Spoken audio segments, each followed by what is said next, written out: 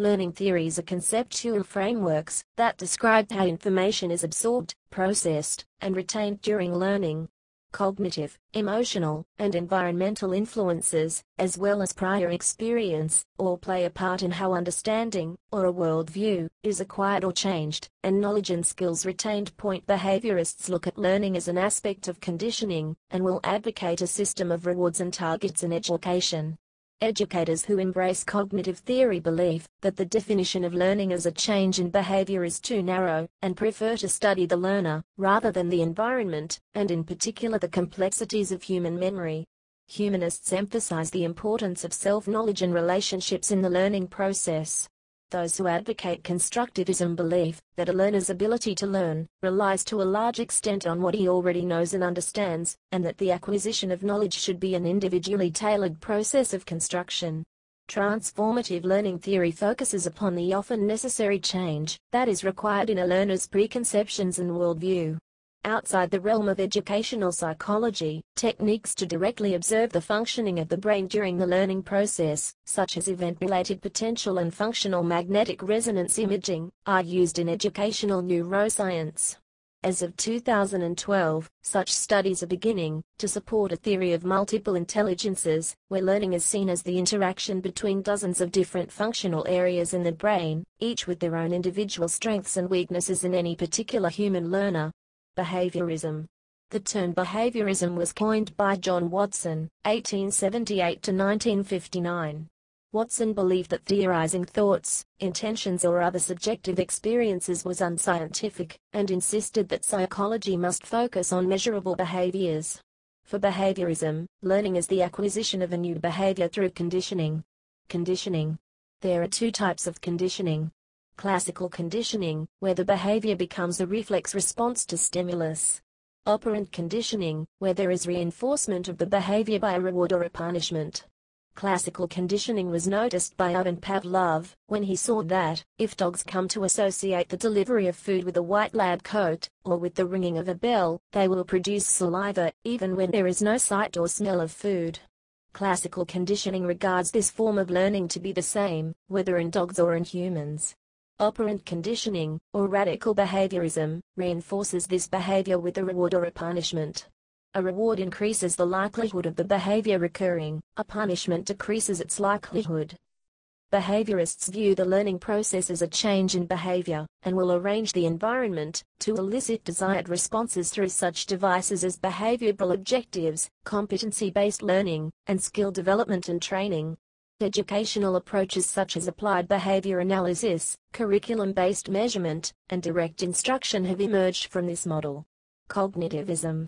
Cognitive theories grew out of Gestalt psychology, developed in Germany in the early 1900s, and brought to America in the 1920s. The German word Gestalt is roughly equivalent to the English configuration or pattern, and emphasizes the whole of human experience. Over the years, the Gestalt psychologists provided demonstrations and described principles to explain the way we organize our sensations into perceptions. Gestalt psychologists criticize behaviorists for being too dependent on overt behavior to explain learning. They propose looking at the patterns, rather than isolated events. Gestalt views of learning have been incorporated into what have come to be labeled cognitive theories. Two key assumptions underlie this cognitive approach: that the memory system is an active organized processor of information, and that prior knowledge plays an important role in learning.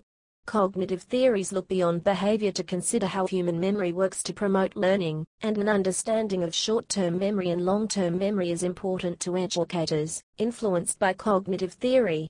They view learning as an internal mental process, including insight, information processing, memory and perception, where the educator focuses on building intelligence and cognitive development.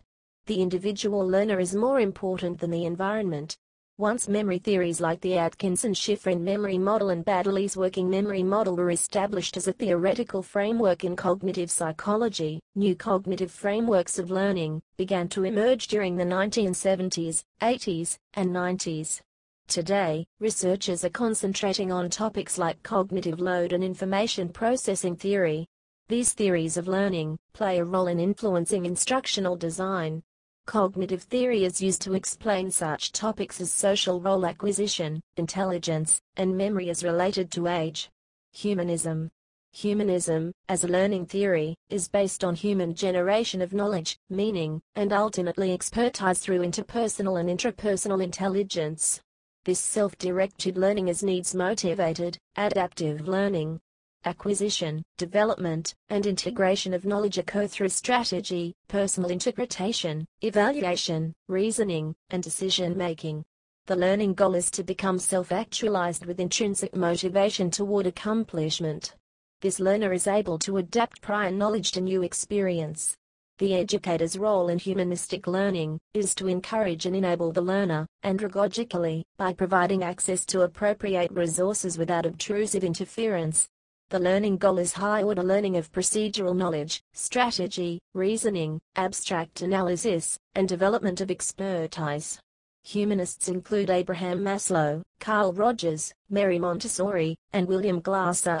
Constructivism. Built on the work of Jane Piaget and Jerome Bruner, Constructivism emphasizes the importance of the active involvement of learners in constructing knowledge for themselves and building new ideas or concepts based upon current knowledge and past experience. It asks why students do not learn deeply by listening to a teacher or reading from a textbook. To design effective teaching environments, it believes one needs a good understanding of what children already know when they come into the classroom. The curriculum should be designed in a way that builds on what the pupil already knows and is allowed to develop with them. Begin with complex problems and teach basic skills while solving these problems. This requires an understanding of children's cognitive development, and constructivism draws heavily on psychological studies of cognitive development. The learning theories of John Dewey, Mary Montessori, and David Card serve as the foundation of constructivist learning theory. Constructivism has many varieties: active learning, discovery learning, and knowledge building are three, but all versions promote a student's free exploration within a given framework or structure. The teacher acts as a facilitator who encourages students to discover principles for themselves and to construct knowledge by working to solve realistic problems. Transformative learning. Transformative learning seeks to explain how humans revise and reinterpret meaning. Transformative learning is the cognitive process of effecting change in a frame of reference. A frame of reference defines our view of the world. The emotions are often involved. Adults have a tendency to reject any ideas that do not correspond to their particular values, associations, and concepts. Our frames of reference are composed of two dimensions: habits of mind and points of view. Habits of mind, such as ethnocentrism, are harder to change than points of view. Habits of mind influence our point of view and the resulting thoughts or feelings associated with them, but points of view may change over time as a result of influences such as reflection, appropriation, and feedback. Transformative learning takes place by discussing with others the reasons presented in support of competing interpretations, by critically examining evidence, arguments, and alternative points of view. When circumstances permit, transformative learners move toward a frame of reference that is more inclusive, discriminating, self-reflective, and integrative of experience. How people learn: understanding the brain. American universities such as Harvard, Johns Hopkins, University of Southern California and others, in the first decade of the 21st century, began offering majors and degrees dedicated to educational neuroscience or neuroeducation. Such studies seek to link an understanding of brain processes with classroom instruction and experiences. Neuroeducation seeks to analyze the biological changes that take place in the brain as new information is processed. It looks at what environmental, emotional, and social situations are best in order for new information to be retained and stored in the brain via the linking of neurons, rather than allowing the dendrites to be reabsorbed and the information lost. The 1990s were designated the decade of the brain, and advances took place in neuroscience at an especially rapid pace. The three dominant methods for measuring brain activities are event-related potential, functional magnetic resonance imaging, and magnetoencephalography, MEG. The integration and application to education of what we know about the brain was strengthened in 2000 when the American Federation of Teachers stated, "It is vital that we identify what science tells us about how people learn, in order to improve the education curriculum." What is exciting about this new field in education is that modern brain imaging techniques now make it possible, in some sense, to watch the brain as it learns, and the question then arises, can the results of neuroscientific studies of brains as they are learning usefully inform practice in this area? Although the field of neuroscience is young, it is expected that with new technologies and ways of observing learning, the paradigms of what students need, and how students learn best will be further refined with actual scientific evidence. In particular, students who may have learning disabilities will be taught with strategies that are more informed. Educational neuroscience. The differences of opinion and theory in psychology indicate that the learning process is not yet understood. Neuroscience shows that the brain can be modeled, not with the central processor where intelligence lies, but in having perhaps 70 functional areas. Mental activity requires several areas to work together.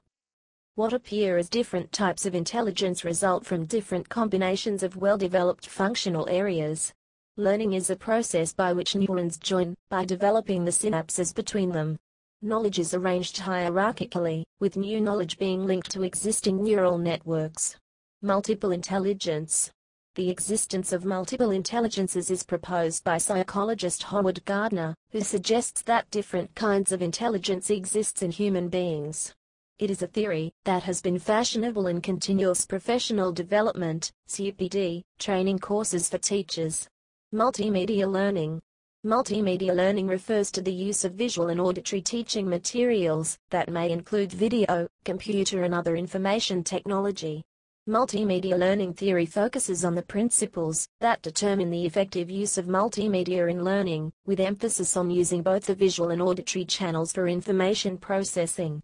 The auditory channel deals with information that is heard, and the visual channel processes information that is seen. The visual channel holds less information than the auditory channel.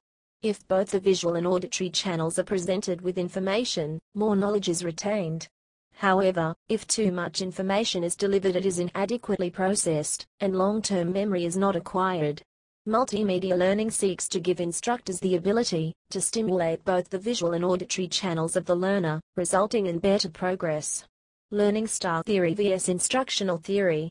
Learning style theory proposes that individuals learn in different ways, that there are 4 distinct learning styles: feeling, watching, thinking, and doing, and that knowledge of the learner's preferred learning style will lead to faster and more satisfactory improvement. Other learning theories have also been developed for more specific purposes. Connectivism is a recent theory of networked learning which focuses on learning as making connections. Terms for instructional theory are diaskagogy, pedagogy, andragogy, and heutagogy, which relate to the maturity, age, of the learner. Informal and postmodern theories. In theories that make use of cognitive restructuring, an informal curriculum promotes the use of prior knowledge to help students gain a broad understanding of concepts. New knowledge cannot be told to students, it believes, but rather the students' current knowledge must be challenged. In this way, students will adjust their ideas to more closely resemble actual theories or concepts. By using this method, students gain the broad understanding they are taught, and later are more willing to learn and keep the specifics of the concept or theory. This theory further aligns with the idea that teaching the concepts in the language of a subject should be split into multiple steps. Other informal learning theories look at the sources of motivation for learning. Intrinsic motivation may create a more self-regulated learner, yet schools undermine intrinsic motivation. Critics argue that the average student learning in isolation performs significantly less well than those learning with collaboration and mediation. Students learn through talk, discussion, and argumentation. Philosophical anthropology. Every well-constructed theory of education has at its center a philosophical anthropology. Criticism of learning theory. Critics of learning theories that seek to displace traditional educational practices claim that there is no need for such theories, that the attempt to comprehend the process of learning through the construction of theories creates problems, and inhibits personal freedom.